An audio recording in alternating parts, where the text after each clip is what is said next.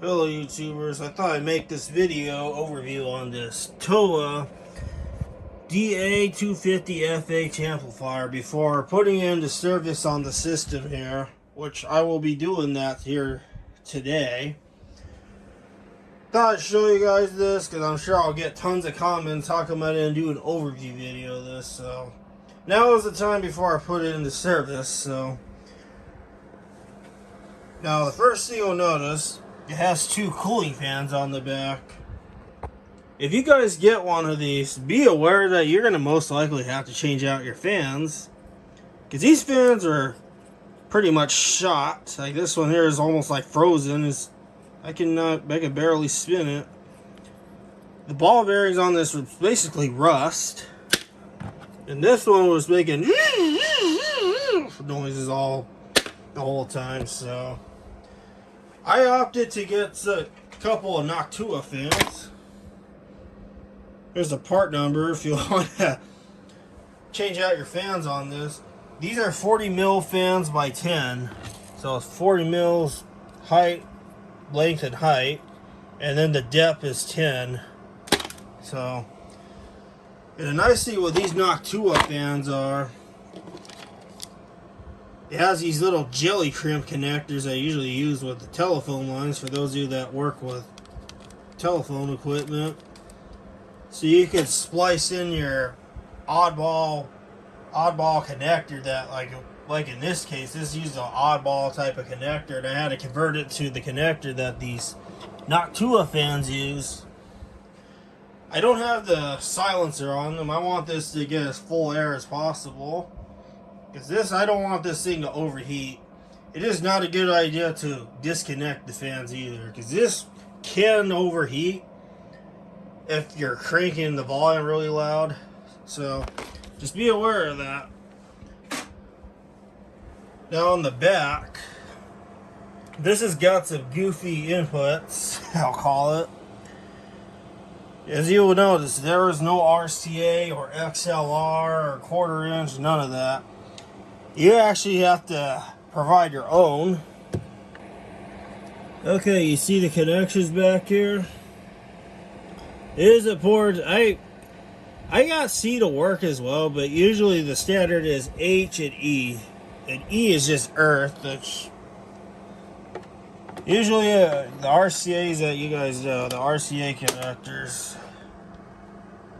This sleeve here is ground, which basically is earth in a lot of cases. It's usually never isolated from earth.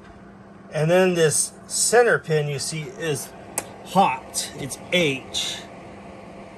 And it even has a little legend in the back. So that is something you guys need to be aware of. And you will need a male RCA end like this. You will need to chop it off of something to use with these 3-pin Phoenix connectors if your amp comes with one. If all you need is just one to do that.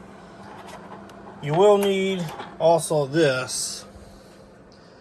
This is a male end to a double male end RCA cable to a single female. You will also need this to combine your left and the right channels together. And also you will need a ground loop isolator, which I have one right here. It is a must to have this.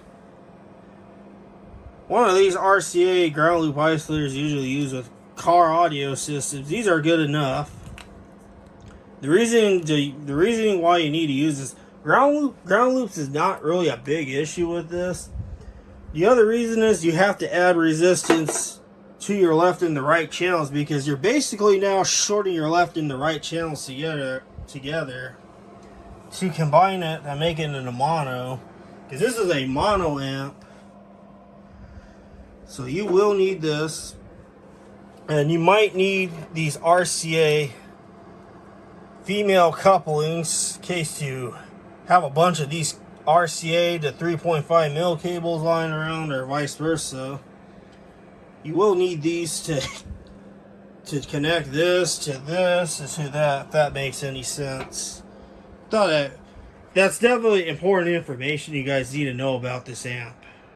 See these switches? These are important switches back here. It applies also to the the DA500F-HL amp. There is a set of 3 switches, so these 2 here, you press them out. It has a key back here. These ones, they're supposed to pop out. When they pop out, that means they're off. And then see how this one is in? You press that in. You want channel 1 to all. That is important to get the signal to all the little amp modules on this. Let me connect everything back up and I will demonstrate some music.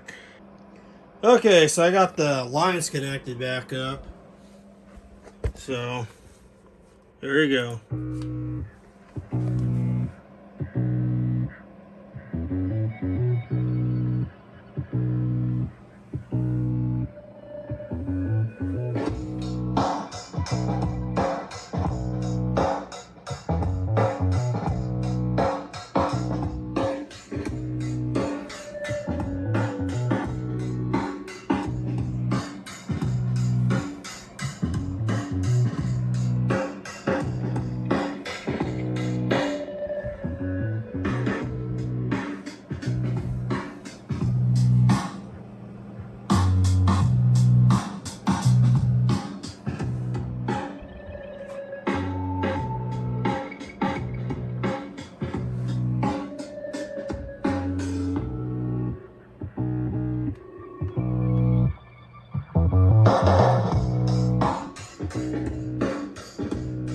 So yeah, that is what it sounds like, and I forgot to tell you the speaker setup here. So this one is channel 1, this guy.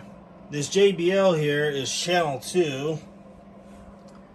This is channel 4.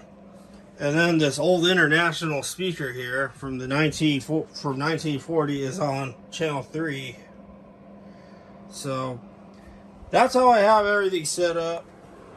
As far as your SETI volt connections go, it's pretty standard. Standard as any other amp.